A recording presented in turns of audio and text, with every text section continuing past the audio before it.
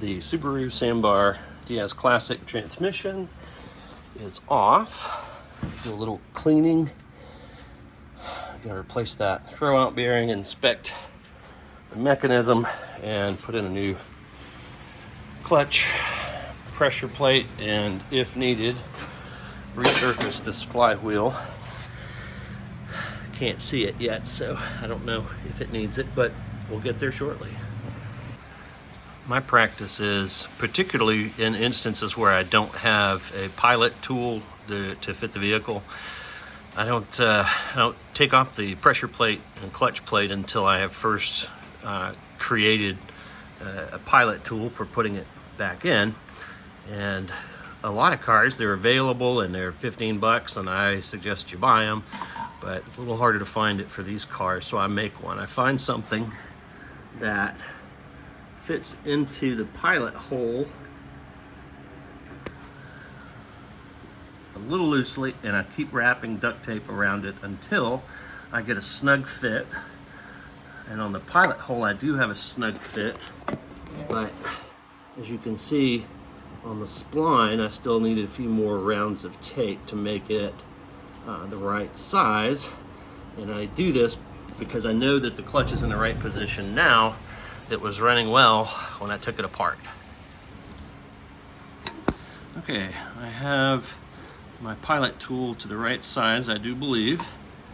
The threaded part with the tape slides into the pilot hole on the end of the crank, and the outer shank fits snugly into the splines, so I can use this tool when it's time to reassemble the clutch to line the clutch plate up where it should be based on where it was the last time during which it worked properly. So I've got my tool ready, now I can take the pressure plate off. Well, I think we're gonna have some issues. That's how the clutch disc goes in, but that is not normal. You should not have impact marks on your springs. I don't know what they were hitting. Probably the throw-out bearing or something like that, but yeah, that's a problem. So, always an adventure.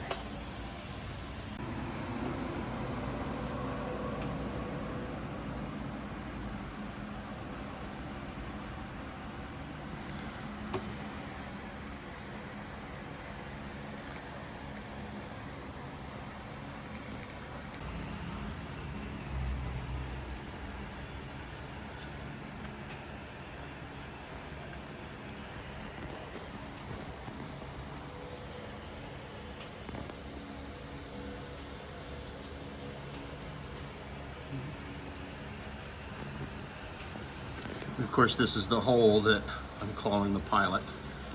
I would say it's actually in the flywheel, not necessarily the crank. It is not yet clear to me what that clutch disc was hitting. It wasn't hitting during my ownership. That would have made a hell of a noise until it wore down. And, whoops. Well, yeah, that would have made a hell of a noise, and it wasn't making a noise consistent with this damage. So I don't know yet. Throw-out bearing is still good. I am just really perplexed by this, because it occurs to me that if those scrapes weren't recent, then there would be, you know, friction material, dust all over them, but those are clean and shiny. And that part of the clutch faces out from the engine. The pressure plate sits over it. So if it's hitting something on the pressure plate, it seems like there should be some shiny scrape marks there as well. But I'm not seeing anything. I am really perplexed about this.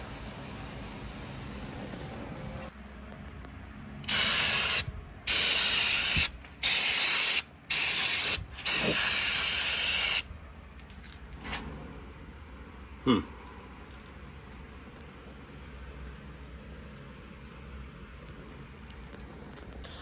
have the transmission cleaned up enough now for the Sambar that I can say I really don't see where that clutch disc was hitting.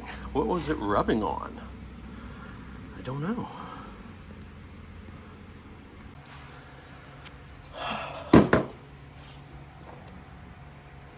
I'm gonna compare old clutch to new clutch and throw out bearing and see if I can figure out what the issue is. There are the part numbers.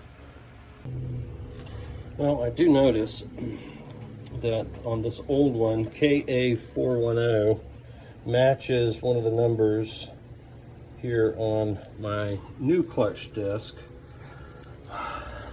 I'm just really at a loss. I cannot find where it was making contact, and there's nothing else that's chafed or rubbed. It's just those two springs, and they're still shiny. Other than the number of fingers on the diaphragm spring, these pressure plates look to be identical. Of course, a little bit of difference on the riveting, but size, shape, number of holes looks to be the same. However, there is a difference between the old and the new. The new was packaged with that bearing, which this is the new throwout bearing. I'm not sure I've got the right clutch, because there wasn't one of these in the assembly when I took it apart. The new throwout bearing is slightly different. It appears to be the same size, but on that tang there is a cutout on both sides, and on this new one there is not.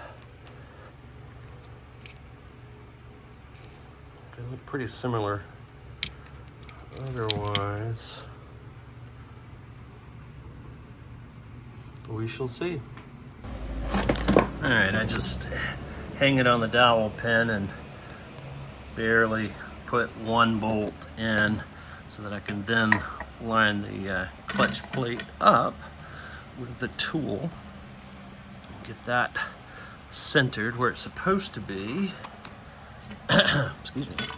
And then I should be able to run the rest of these bolts in with that pilot tool holding the clutch disc in the right spot.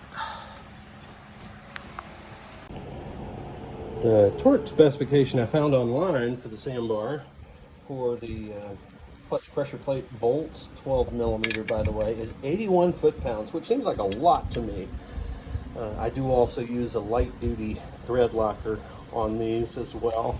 I've already put it on the threads and run the bolts down.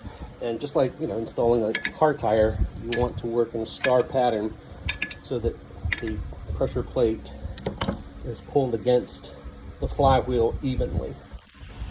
Yeah, there's no way that that data was correct. I started tightening these down. I've stopped at 29 foot-pounds. I think that someone may have gotten their wires crossed on one of the forums, but no way I'd put 81 foot-pounds into these little bolts. Ta-da!